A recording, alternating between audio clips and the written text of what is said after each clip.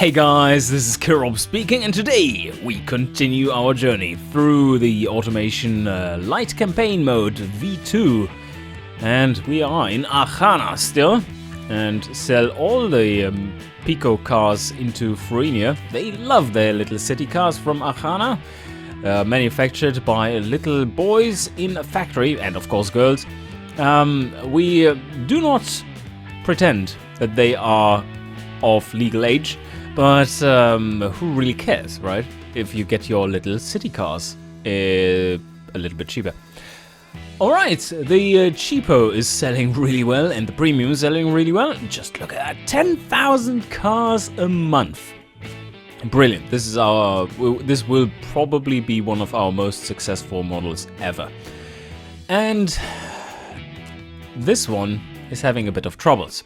The Taurus just went into production and is selling pretty well, or really well, considering what kind of reach we have, which is very, very limited. We are basically, just look at this, it's all green. It's so green, it's amazing.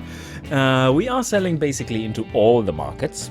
The only one that is missing is the kind of track and super and luxury GT premium-ish markets. Let's take a look at Frenia, where they actually exist, at least partially. Yeah, not really a big gap here anywhere, I would say. We are covering the markets really well, as is. And yes, I think what is up next? Let's take a look. This one is doing really poorly. We have 69,000 dashes sitting in the parking lot. And we are currently producing them at a net loss of 6.7 million a year. Not a year, per month. And we are really not selling enough of them. As you can see from the stock levels, we have 20 months worth of stock of this car. This does not bode well, but let me draw up the base level ones again, just slightly. And then the premium as well.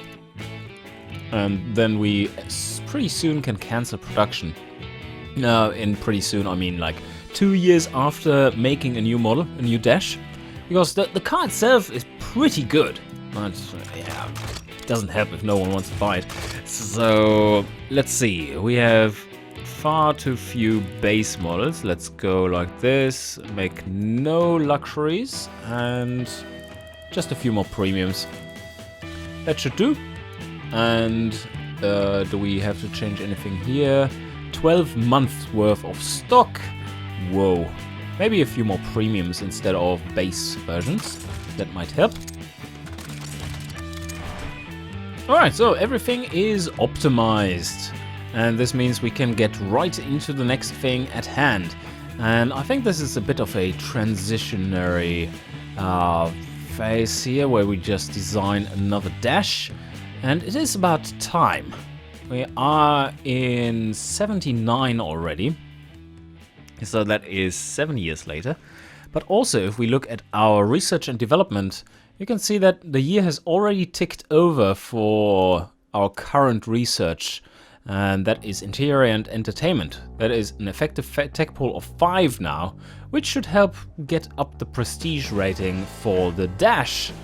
So let's get into it and design a new one. And we did see, woohoo! This will be a really nice body to use for the dash. Light sports car. This looks like a familiar car in real life, but I have no clue which one it could be. We could call it the Ferdinand, but I'm not so sure. Let's make it ridiculous. Like this? Nah, that's a bit too ridiculous. It's not an aircraft. Alright, we don't need that much boot. It should be nice and compact, so I'm just minimizing its dimensions, because we are mainly selling it to Frenia, who like small cars. Also, it's supposed to be a light sports car. And as you can see from the effective area here, it is doing really well in that. It's very aerodynamic as well. And we should compare it to this one. Yeah, making that into a sports car will be a little bit more difficult. A slight challenge. So monocoque chassis it is, steel, we go for, we could go for a rear engine car. That's an interesting prospect. Let's take a look at that. Double wishbone, steel to make it cheap. And now let's try out placing a grille on the rear.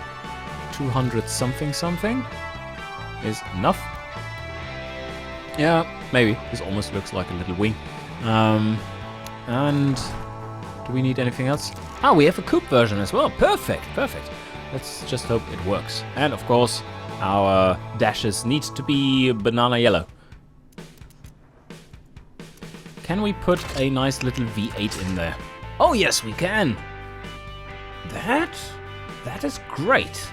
I want to put a flat plane in there.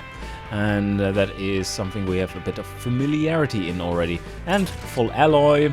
And we are going with probably this one. Should be our first 4-valve per cylinder overhead cam.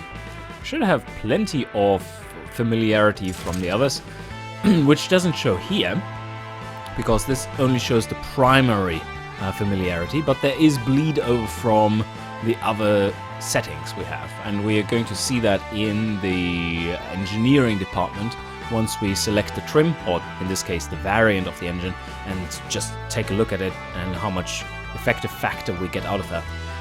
This engine was too large though. We probably want to aim for, let's go for a 2.7, might even be too large. I know we just had a 3-liter engine designed, but yeah, I want to rev this thing like really hard. So maybe a 2.4 liter. I think 2.5 liter is one of the limitations for taxation. I'm not quite sure. I think it was 2.5. Maybe it was below 2 liters or something. But anyway, full alloy it is. And then we can go with standard components because they are nice and cheap, and put some quality in there so that we can rev it higher.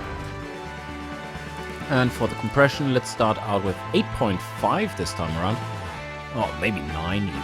And we want to rev it, so 76. 76 is a good starting point. Quality free, no turbocharger.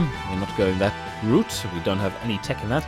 And multi-point. This is the first one which gets multi-point, I think, because it's high-tech. Very nice response.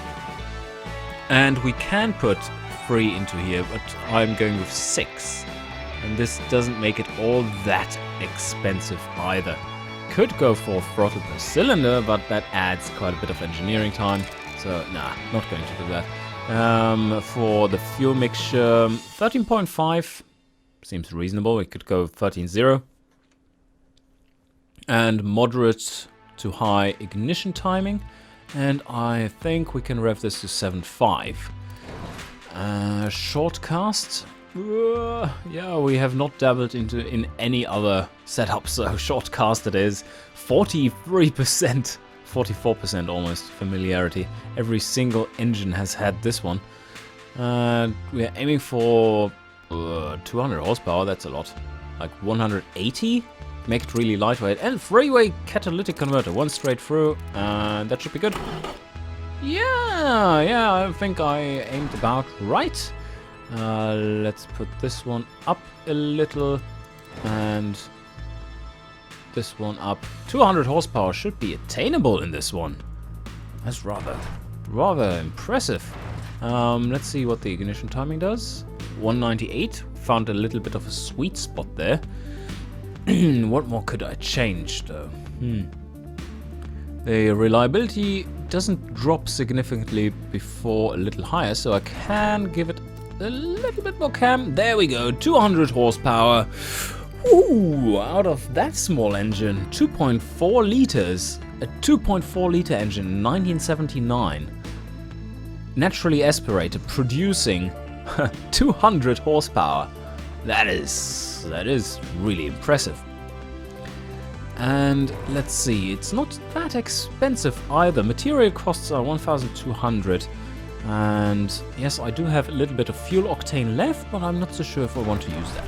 Oh, let's test the engine. Let's rev it.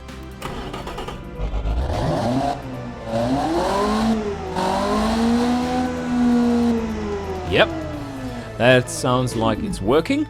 And we go and make this car into something proper. We need a gearbox, 5 gears, nice, very sporty curve here. And let's put it up without overdrive gear. Don't want that. That's for eco wussies. Geared LSD. No. We're not going that way. +3 in quality. Sports tires, sure thing, why not?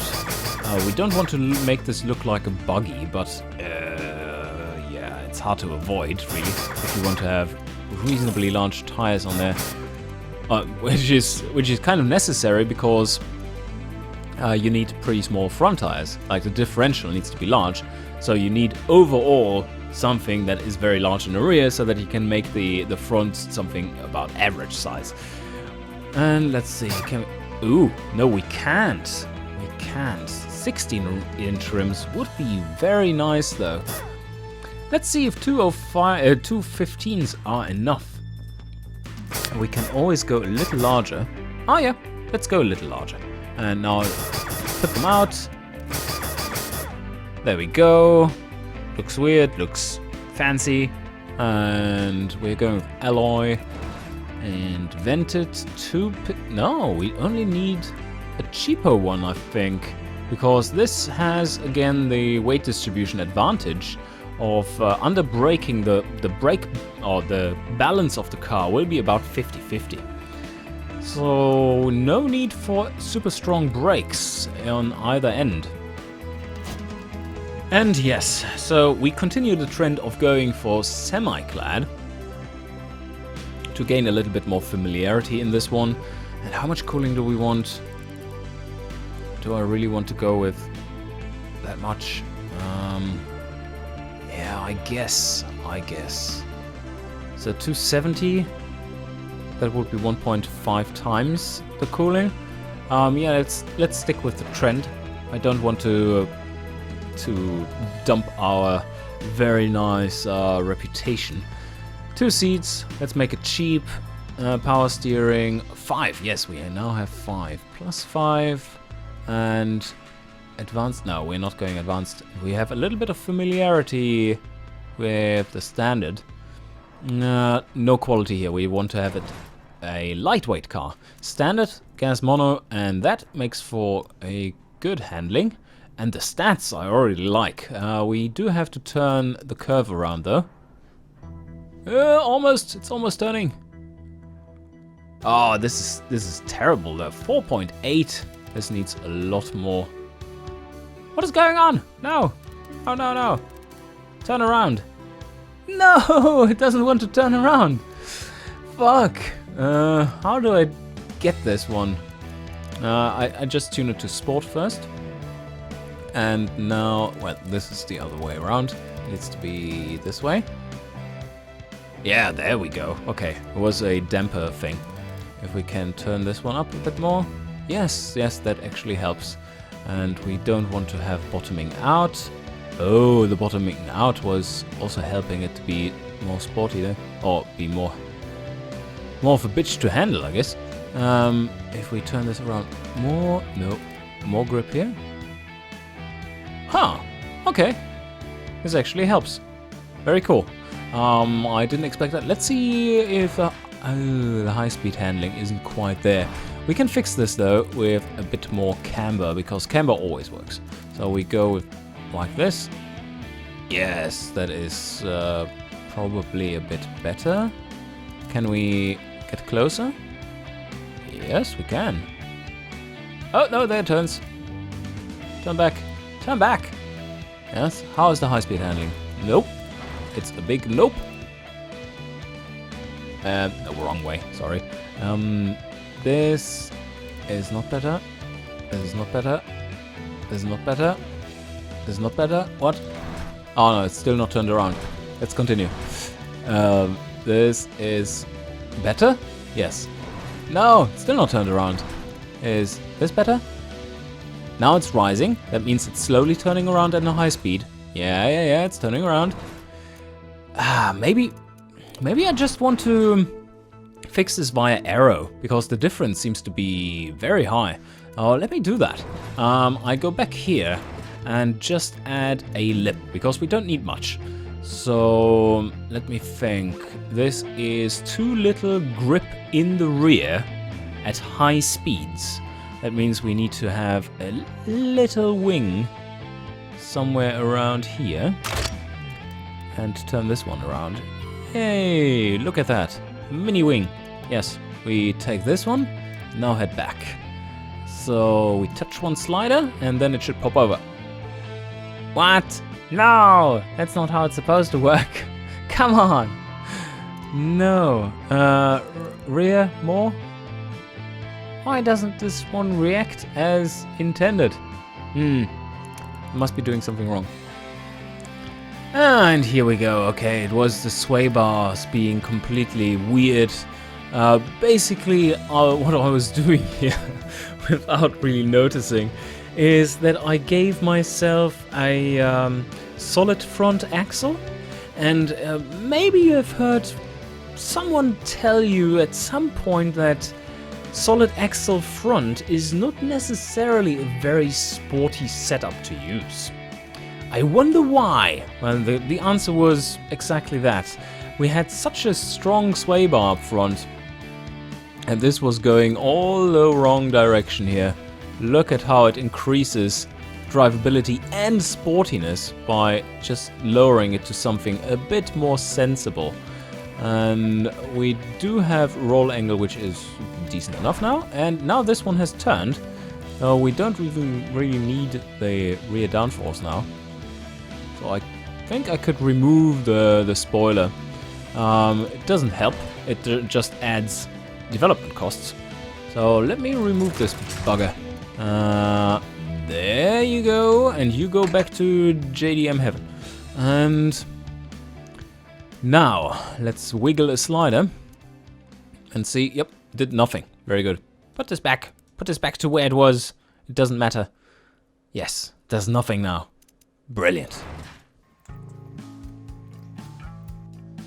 So overall, if I take a look at this car, it very much fulfills what it sets out to do. It is a light sports car, and it would be an excellent track car if that actually existed. As you can see, we are doing supremely in these categories with this basic setup, and that is before markup. And because it is such a track car-ish vehicle, very lightweight, below 900 kilos. This might be a really good car for that market. Anyway, let's check it out around the airfield track and just check what it does.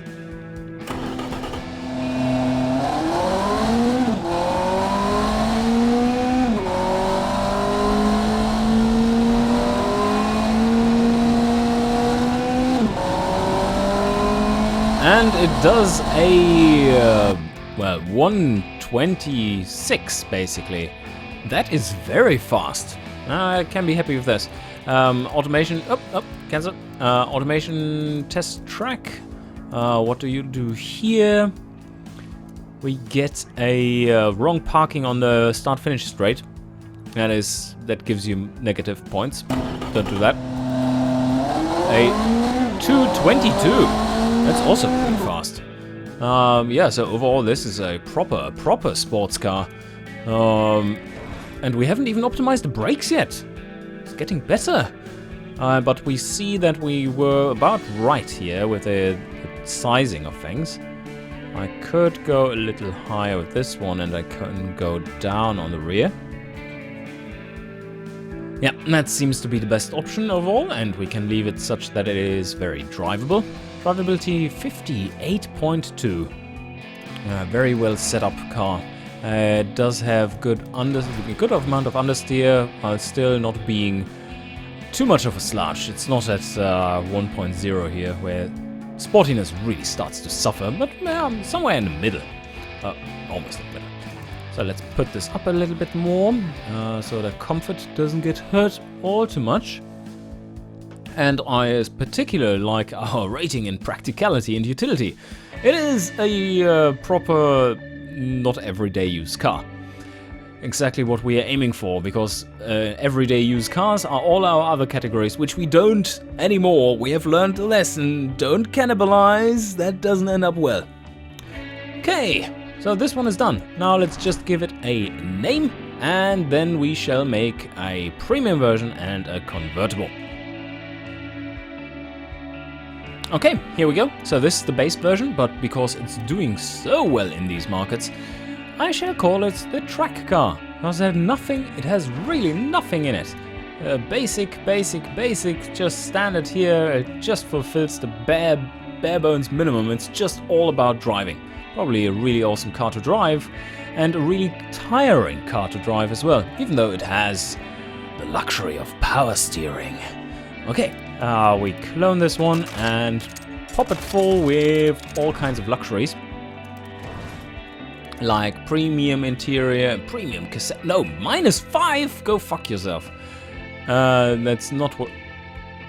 What?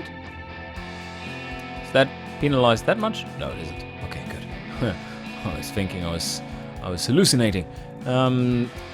So cassette is still penalized by 3. Is that correct? Oh yes, that is correct. So now we go with the standard here. That's good enough, and then we just give it high quality. Yeah. I mean, people will get around in it. So this is our premium version. Let's check the first check the bottoming out. Needed to up it by 1 to get rid of that. It is no longer wheel spinning like crazy, if it even was that at the start. No, I doubt it was. No, it wasn't, because it's rear wheel drive. Ah, fuck, the name already disappeared once again. I have to give it back. Okay, this time you take it, you bastard. So this car is doing really well in light sport. Yes, that is exactly where it should be doing really well. And in Fun Premium, it's also where it should be doing well. And in Sport, yes. Slightly more expensive. Let's call it the Premium. And where do we go from here? Well, we go for the convertible option. So just cloning this one. And now I take everything which made this car great and destroy it by making a convertible out of it and adding lots of weight. Okay, there we go. And does it actually react to it accordingly? Yes, this worked, I think. Oh yeah, it worked. Prestige higher, comfort down and stuff. And it's a lot heavier. Look at that. So from below 900 kilos, now we are above 1,000 kilograms. Quite significantly above. And what about the bottoming out? Fix that. Otherwise, I think we leave the car the same as the Premium and just call it the convertible and then check the markets. Yes, much better. Okay, so this still classifies as all kinds of cars here, but now mainly focuses on this convertible sport budget and convertible sport. I think we nailed it. We really did. A quick build, very nice. Not nicely optimized at all. Okay, now it's nicely optimized, and I just want to make a quick check for the Premium, because I don't think I optimized the brakes for that one either. No, it's still decent. Yeah, I think this can be fixed by just upping these a little bit. Yep, that's good enough. Okay, overall, really nice build here. And the markets love it. They love it, so let's put it into production. Just 2 years and 11 months. That is not much. And the track, of course, is super reliable too. I think I want to aim for 4 years once again. That makes them ultra reliable. And no funding stuff going on here. And we wanted to check. Yes. Look at the bottom end. So even though and the top end, we are using a new valve train setup. But because we have so much familiarity in it, that means that we easily can get a very high familiarity in the one which we have never chosen before. And the only problem here is, if you look at that, familiarity bonus. This is the very first time we are developing a multi-point fuel injection system. And just look at that time. It is horrendous. It is horrendous. So, what do we do about that? Do we have any engineers here? Yeah, we have Mark Janssons. And we didn't use him for the normal car, so let's choose him here because he will... Wow! That really helped. That really, really helped. Do we have anyone here? Yes. I think I forgot them for some other cars. Didn't I? It's pretty bad. But anyway, now we use them and they are actually used in the perfect spot because now we actually really need them.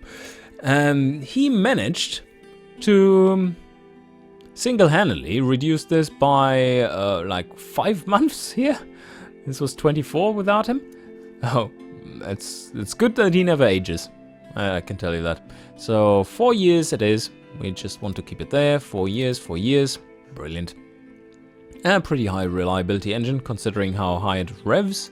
And now we continue here. The dash production. Waschduk. The Waschduk plant. We need no changes here because we're still overproducing this shit. And warning! Engine factory cannot meet demand? What is going on? Oh, I see. No, I don't see. Why aren't you meeting demand? Do we have to upgrade this one? It doesn't cost that much. So yeah, let's just do that. And now it doesn't complain. Match the car. Okay. Yeah, the production units have gone up quite drastically. Oh, even with the upgrade. And this I just leave as is. I mean, I could probably like lower this one because no one wants them anyway. And then lower this one a bit. Yep, that's looking about right. And wow, yep. The premium is selling very well in these categories, and they are over 90%. So a little bit of markup certainly doesn't hurt it very much. Oh, we continue on here. Add a bit of markup, 30% here, maybe a bit higher, 40. The track only gets a little bit of markup. The convertible also gets 40. And from here, let's do some just basic leveling. Yep, like this. 18 months. 18 months is not too much. Grand total 400 million. Pff, peanuts. Let's start it. There we go. So, designed a new car. I'm very happy with the Dash 79. I think this has become a very specialized car. And especially the track version is something that looks very Archanan built. There's nothing in there, but it fits our company. It's like nothing in there, but what is there, or very little what is there, is of good quality. So, very nice. Finances. Let's see what we have to do with the Dash production. Let's roll and see how it develops. And we do have a lot of cars made. Oh, wow. Within 1 month, we shot up to 13 months worth of stock. Ooh, yes. Let's revise this. And pull down this slider a bit again. And more premium. Yes, more premium. That should be good. I need a little bit more cars there. Let's see. And that is... yeah, okay, yeah, they are leveling out. That's nice. Our score is skyrocketing at least, so now we are really moving. The Taurus. Look at that. Massive numbers. I think I should overproduce a little bit more of the delivery so that it's more evenly matched. So delivery even more. And then let's roll another month. What do we get here? And they are more and more equalizing, so now I need equal overproduction of both of these. And I want to have something like 2.5 years. So that would be 30 months of production. Now, I go in here and change that. And then once this is optimized, I think I come back to you and, well, because this isn't very entertaining, is it? Me changing around a few sliders. Oh, well, Rob, that's the whole thing. That's all of automation, just changing a few sliders. Blew your mind.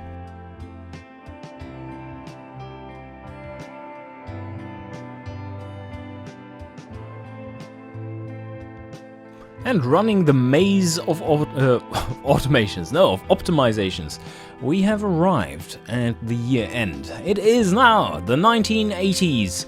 We have made a net loss of almost $1 billion and pay no taxes. Well, that's an advantage. Lost a lot of prestige, gained a lot of reputation. Sounds about right. That's probably because we are now selling the Taurus, which is an amazing utility vehicle, or delivery vehicle, or heavy utility vehicle. And that makes all sense, because the new categories are now really pushing these two new variables. And we pause here. We are almost done with that. And I think, let's see if it ticks over. 5.0, let's see if we are there. Red, yes, perfect, it's red.